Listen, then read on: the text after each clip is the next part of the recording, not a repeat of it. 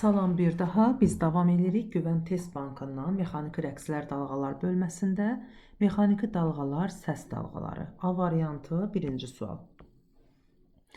Səsin suda yayılma sürəti V, səs siqnalının göndərilmə və qəbul olunma anları arasındakı vaxt T olarsa, sudakı obyektə qədər məsafə hansı ifadə ilə təyin olunur? Burada deməli biz S bərabərdir, VT bölünsün 2 düsturundan istifadə edirik. Çünki gedib qayıtdığı zaman hər ikisi T'dir deyib, yalnız getməyə ya da yalnız qayıtmağa sərf olunduğu zaman T bölü 2 olur. Ona görə S bərabərdir VT düsturunda S bərabərdir V vurulsun T bölü 2 yazmalıyıq. Ona görə düzgün cavab C variantı. İkinci sual, dalğa uzunluğu lambda tezliyi nü olan səsin yayılma sürəti. V bərabərdir lambda nü. Düsturumuz bu cür idi. Düzgün cavab D bəndi. Üçüncü sual, hansı cihazdan istifadə edərək dəniz və okeanların dərinliyini, balıqların çox toplandığı yerləri aşkar etmək olar? B variantı exolot. Növbəti sual dördüncü sualdır. Sualımızda deyilir, aşağıdakilərdən hansı dalğa uzunluğunun vahidi deyil? Gördüyümüz kimi burada Y variantı millilitr, bu həcm vahididir. Ona görə millilitr deyil. Düzgün cavab Y bəndi. Beşinci sual. Uzununa dalğalarda iki qonşu sıxlaşma və ya iki qonşu seyrəkləşmə arasındakı məsafə necə adlanır? Dalğa uzunluğu adlanır. Biz uzununa dalğalarda bu cür deyirdik tərifi. Enlə dalğalarda da iki çökəklik ya da iki qabarıqlıq arasındakı məsafə idi. Altıncı sual. Dalğa uzunluğu lambda bərabərdir 3, rəqs tezliyi 15 Hz olan dalğanın yayılma sürəti. V bərabərdir lambdanın düsturuna əsasən 45 metr böl saniyə. Düzgün cavab Y variantı. 7-ci sual. Dənizin dibinə göndərilən ultrasəs siqnalı 6 saniyə müddətində gəmiyə qayıdır. Dənizin dərinliyini hesablayın. Biz burada verilənləri yazsaq, deməli, T bərabərdir 6 saniyə. Dənizin dərinliyini soruşur. Səsin suda sürəti V bərabərdir 15 vur 10 üstü 2-dir. S bərabərdir VT bölü 2 düsturuna əsasən 6 vurulsun 15 vur 10 üstü 2 bölünsün 2. Bu elədir 45 vur 10 üstü 3. Yəni 45 kilometr. Düzgün cavab. Daha doğrusu 45 vur 10 üstü 3 eləmir. 45 vur 10 üstü 2 eləyir. Axı burada 10 üstü 2-dir. Burada 10 üstü 2-dir. 45 vur 10 üstü 2. Onda bunu kilometrlə ifadə eləsək 4,5 yazmalıyıq. A variantı olmalıdır. 8-ci sual. Sualda deyilir, tüfəng atəşi nəticəsində yaranan əks səda atıcıya atəş açılandan 4 saniyə sonra çatmışdı. Səsin əks səda olunduğu maneə atıcıdan hansı məsafədə yerləşir? Verilənləri yazsaq, T bərabərdir. T bərabərdir 4 saniyə. 4 saniyə. V bərabərdir 340. S bərabərdir yenə VT bölünsün 2-yə əsasən 340 vurulsun 2, 300, daha doğrusu 680. Düzgün cavab olmalıdır 8-ci sualda B bəndi. 9. 9-cu sualda bizdən nə soruşur? Bizdən soruşur ki, hansı ifadələr doğrudur? Eşidilə bilən səs dalğasıdır. Ümumiyyətlə, səs dalğaları bəzən eşidilə bilməyən dalğalar da ola bilər. İnsan qulağı eşidə bilməyənlər ola bilər. Çünki insan qulağının eşidə biləcəyi aralıq 16 Hz ilə 20.000 Hz arası dalğalardır. İkinci, eşidilə bilməyən səs dalğasıdır. Burada, baxın, eşidilə bilməyən səs dalğasıdır. Nəyi soruşur? İnfrasəsi. Biz qeyd elədiyimiz 16 Hz-dən kiçik olan dalğalar, bunlar infrasəsdir. 16 Hz-dən böyük olan dalğalar isə bu, deməli, ultrasəsdir. İnfrasəs dalğalar, ultrasəs dalğalar. Yəni, İnsan qulağının eşidə biləcəyi səs dalğaları yalnız bu aralıqda olanlardır. Bu aralıqdan kənarda olan kiçik və böyük olan səs dalğaları var. Həmən dalğalar infrasəs və ultrasəsdir. Ona görə də bizdən infrasəsi soruşduğu üçün buna deyə bilərik ki, eşidilə bilməyən səs dalğasıdır. Tezliyi də 16 Hz-dən kiçik olandır. Düzgün cavab 2 və 4. 10-cu sual açar sözlərdir. Deməli, biz burada nə etməliyik? Açar sözləri uyğunluqla yerləşdirməliyik. Birincidə onun tarazlıq vəziyyətdən ixtiyarı uzaqlaşdığı məsafə bu rəqqasın yer dəyişməsidir. Amplitudda deyə bilərik, yer dəyişmədə deyə bilərik. Onun tarazlıq vəziyyətindən yer dəyişməsi, ixtiyarı uzaqlaşdığı məsafə. Onun tarazlıq vəziyyətindən ən çox uzaqlaşdığı məsafə bu rəqqasın yer deməli, bu rəqsin amplitudu. Ən çox udursa rəqsin amplitudu, ixtiyar uzaqlaşdığı məsafə bu yer dəyişmə. Bəli, bu şəkildə ola bilər burada. Bir rəqs periodu müddətində dalğanın yayıldığı məsafə bu dalğa uzunluğudur. 5-i yazmalıyam bura. Bir tam rəqsə sərf olunan zaman rəqs periodu. Bir saniyədə baş verən rəqslərin sayı bu rəqs tezliyidir. 4-ü də bura yazmalıyıq. Düzgün cavab bu şəkildə 3, 2, 5, 1, 4. Davam edirik B variantı, birinci sual. Sualımızda deyilir, səs dalğasının suda yayılma sürəti V bərabərdir 1500. Dalğa uzunluğu liambda bərabərdir 3 metr olarsa, tezlik nə qədər olar? Tezlik V bölünsün liambdadır. Yəni 1500-ü 3-ə bölürəm, 500 Hz. Bu isə 0,5 kHz-də deyə bilərik. Düzgün cavab A bəndi. İkinci sual. Dalğa uzunluğu liambda bərabərdir 3 metr, mühitdə yayılma sürəti V bərabərdir 6 olarsa, rəqs tezliyi yenə V böl liambda, bu isə 2 Hz verir. Düzgün cavab D variantı. Üçüncü sual. Sualda deyilir ki, ən aşağı tonlu səs dalğasına aşağıdakı tənliklərdən hansı uyğundur? Biz demişdik ki, ton sözündən n-dan n-dən yadımızda saxlayırıq. Yəni, tonun aşağı yuxarı olması tezlikdən asılıdır. Tezlik daxı n hərfi ilə işarə olunurdu. Yəni, mən baxıram ki, tezlik omeqadan düz mütənasibdir. Omeqası kiçik olan tənlik axtarıram. Ən kiçik omeqa gördüyümüz kimi 5 pi-dir burada, ən kiçiyi. Ən böyüyü 200 pi-dir. Ona görə axtardığımız ən kiçik olduğu üçün düzgün cavab Y variantı 3-cü sualda. 4-cü suala baxırıq. Eninə dalğanın 1-ci və 4-cü qabarlar arasındakı məsafə 24 metrdir. Period 4 saniyə olarsa dalğanın yayılma sürəti. Biz bu dalğanı belə təsəvvür eləsək. 1-ci qabarıq buradadır, 4-cü qabarıq buradadır. Bu aradakı məsafə. Biz baxaq görək, aradakı bu məsafədə neçə dalğa uzunluğu yerləşir? 1, 2, 3. Deməli, buradan belə nəticəyə gəlirəm ki, 3 dənə liambdan 24 metr imiş. Deməli, 1 liambdan 8 metrdir, bir dalğa uzunluğu. Period da 4 saniyədir, sürəti soruşur və salam, liambda bölünsün T-dən 2 metr böl saniyə alırıq. Düzgün cavab C variantı 5-ci sualda. Daha doğrusu 4-cü sualda. 5-ci sualla davam edirik. Sualda deyilir ki, səs dalğasının havada, suda və dəmirdə yayılma sürətləri. Biz bilirdik ki, mühitdən mühitə keçəndə, əgər mühit zərrəciklərinin, molekullarının bir-birinə məsafəsi aralanırsa, dalğanın yayılma sürəti azalır. Ona görə də ən kiçik yaxın yerləşən atom molekul bərk cisimlərdə olduğu üçün ən böyük sürət də bərk cisimlərdə, yəni dəmirdədir. Dəmirdə ən böyük sürətdir, suda orta, havada da ən kiçik sürət. Düzgün cavab D variantında verilibdir.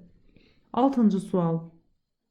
Sualda deyilir ki, L-tip, S-tip və daha doğrusu P-tip, S-tip və L-tip dalğaların yayılma sürətləri arasında hansı münasibət var? Elə bu yazılan ardıcıllıq sürətin azaldığı istiqamətdir. Ən böyük yayılma sürəti P tip dalğalardadır. Ən kiçik isə L tip dalğalardadır.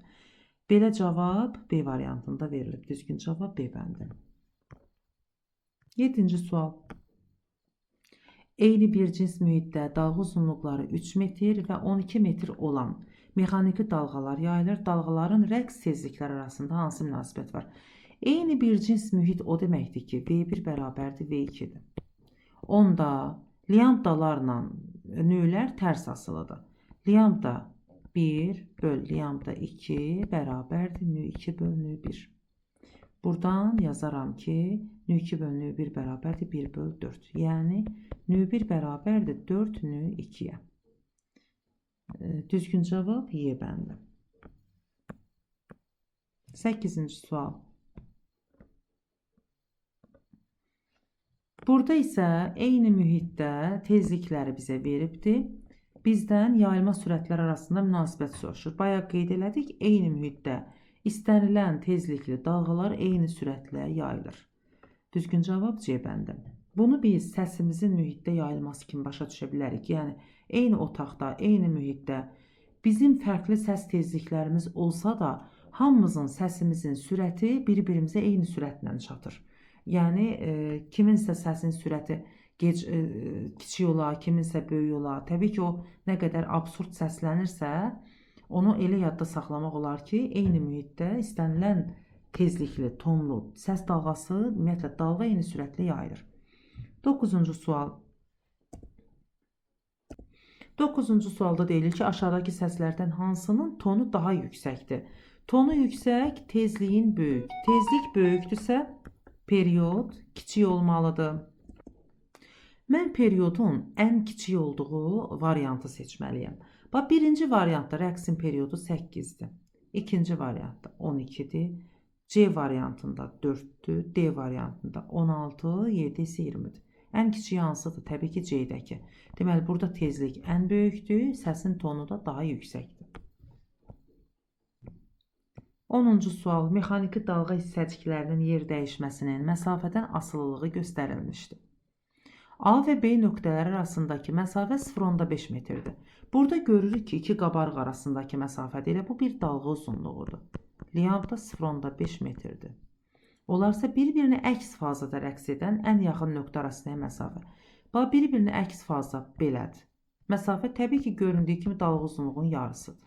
2-yə bölsəm 0,25. Düzgün cavab 10-cu sualda C bəndi.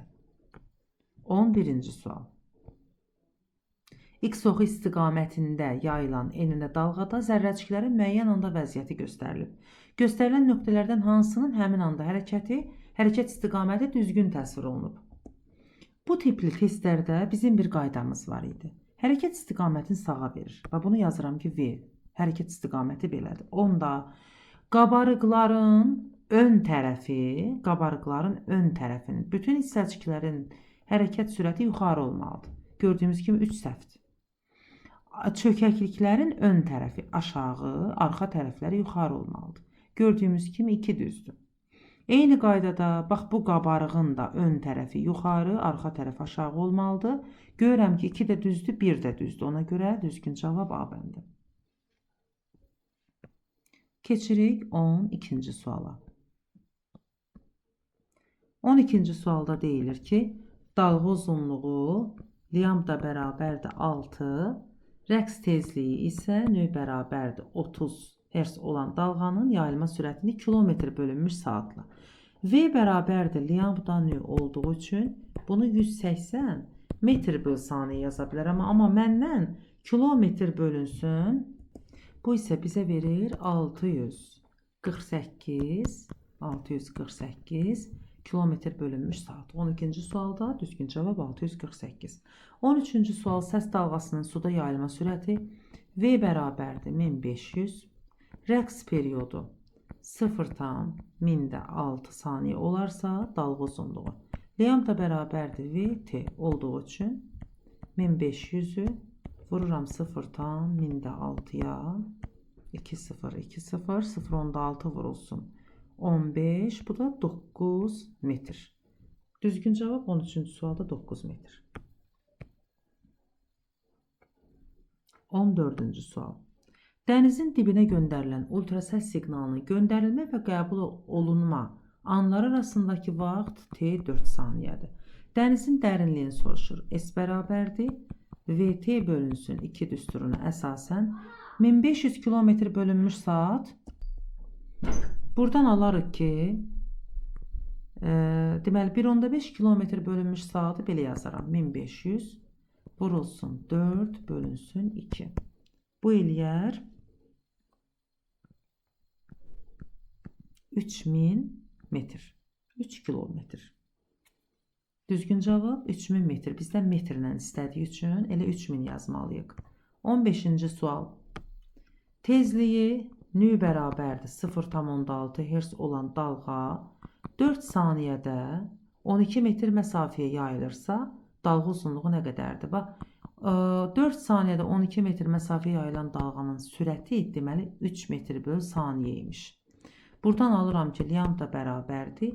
V bölünsün nüdən 3 bölünsün 0,6. Bu da 5 metr. Düzgün cavab 15-ci sualda 5. 16. Gəmidəki exolotun dənizin dibinə göndərdiyi ultrasəs siqnalının tezliyi 3 vurulsun 10^4 Hz. Dalğa uzunluğu lambda bərabərdir. 5 vur 10^-2'dir. Bu siqnal 4 saniyə sonra qəbul edilmişdirsə, T bərabərdir 4. Qəbul edilmişdirsə, dənizin dərinliyini hesablayın. Biz buradan lambda və nüdən V-ni tapa bilərik. V bərabərdir lambda nü, yəni 1500. Onda S bərabərdir VT böl 2-dən yenə alınır 3000, amma bizə kilometrlə dediyi üçün 3 kilometr. Düzgün cavab 16-cı sualda olmalıdır 3. 17-ci sual. Sualda deyilir ki, T2 bərabərdir 2T1 olan iki səs dalğası havada yayılır. Bu dalğaların dalğa uzunluqları və səs tezlikləri arasında hansı münasibət var? Dalğa uzunluqlar periodlarla düz mütənasibdir. Yəni, lambda 2 bərabərdir ki, lambda 1 olmalıdır. Beləsi cavab 3-də verilibdir. Biri 3-dür. Tezliklər isə periodla tərs asılı olduğu üçün bu da 4-cü variantda verilib. Cavab 3 və 4. 18-ci sual. Hansılar doğrudur? Doğru ifadələri seçməliyik. Deməli, burada baxırıq ultrasəs dalğaları üçün. Ultrasəs biz bildiyimiz kimi 20.000 Hz-dən böyük dalğalar idi. 2 düzdür. Səs lokasiyasında geniş istifadə olunur. 3 düzdür. İnsan eşidə bilmir. Bəli, eşidə bildiyi intervala aid deyil. 19-cu sual. Səs dalğası havadan suya keçdikdə doğru ifadələri müəyyən etməliyik. Səs dalğası havadan suya keçirsə, mühit dəyişəndə tezlik dəyişmir. Biri 3 olmalıdır. Dalğa uzunluğu isə deməli havadan suya keçir. Molekullar bir-birinə yaxınlaşdığı üçün dalğanın sürəti buna uyğun olaraq dalğa uzunluğu da artır. Düzgün cavab D bəndi. Daha doğrusu 4. 3 və 4. Növbəti sualımız 20-ci sualdır. Səs dalğasının yüksəkliyi fiziki kəmiyyətlərdən hansı ilə təyin olunur? Bayaq dedik ki, səs dalğasının burada yəqin ki, tonunun yüksəkliyi nəzərdə tutur. Tonunun yüksəkliyi rəqs tezliyi ilə. Yəni 1. 21-ci sual. Sualda deyilir, verilmiş zaman anında mexaniki dalğa yayılan mühit hissəciklərinin yer dəyişməsinin məsafədən asılılığı göstərilmişdə hansı ifadələr doğrudur? 1 və 2 nöqtələri eyni fazada rəqs edir. Yox, 1 və 2 eyni fazda rəqs etmir. Bir səhvdir. 1 və 4 eyni fazada, bu düzdür. 1 və 3 əks fazada, bu da düzdür. Düzgün cavab 2 və 3 olmalıdır 21-ci sualda. 22-ci sual Euler-Venn diaqramıdır. Deməli, S və P tip dalğalar üçün biz uyğunluğu müəyyən etməliyik. Enə dalğa bu S tip dalğalardır. S tip dalğalardır. Seysmik dalğa hər ikisidir.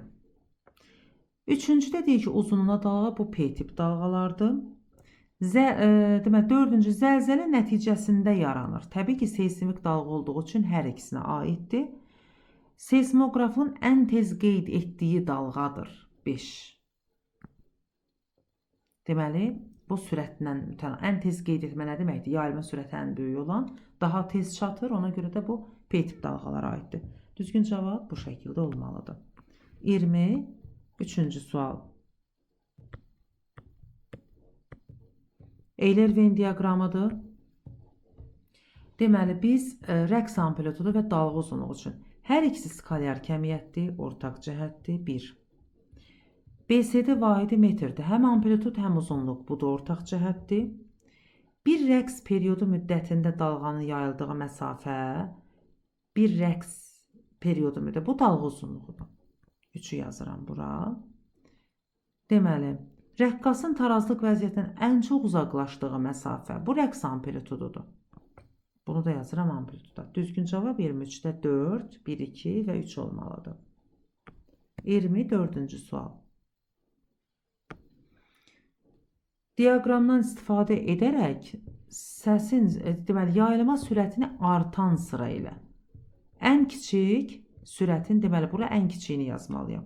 Yaxşı, mən bilirəm ki, V bərabərdir lambda nü olduğu üçün burada hasilin ən kiçik, hər bir kəmiyyətin kiçik qiyməti bu 1'dir. Deməli, ən kiçik 1'dir. Hər ikisinin böyük qiyməti də 3'dür. Deməli, 2 isə aralıq haldır. Düzgün cavab bu şəkildə.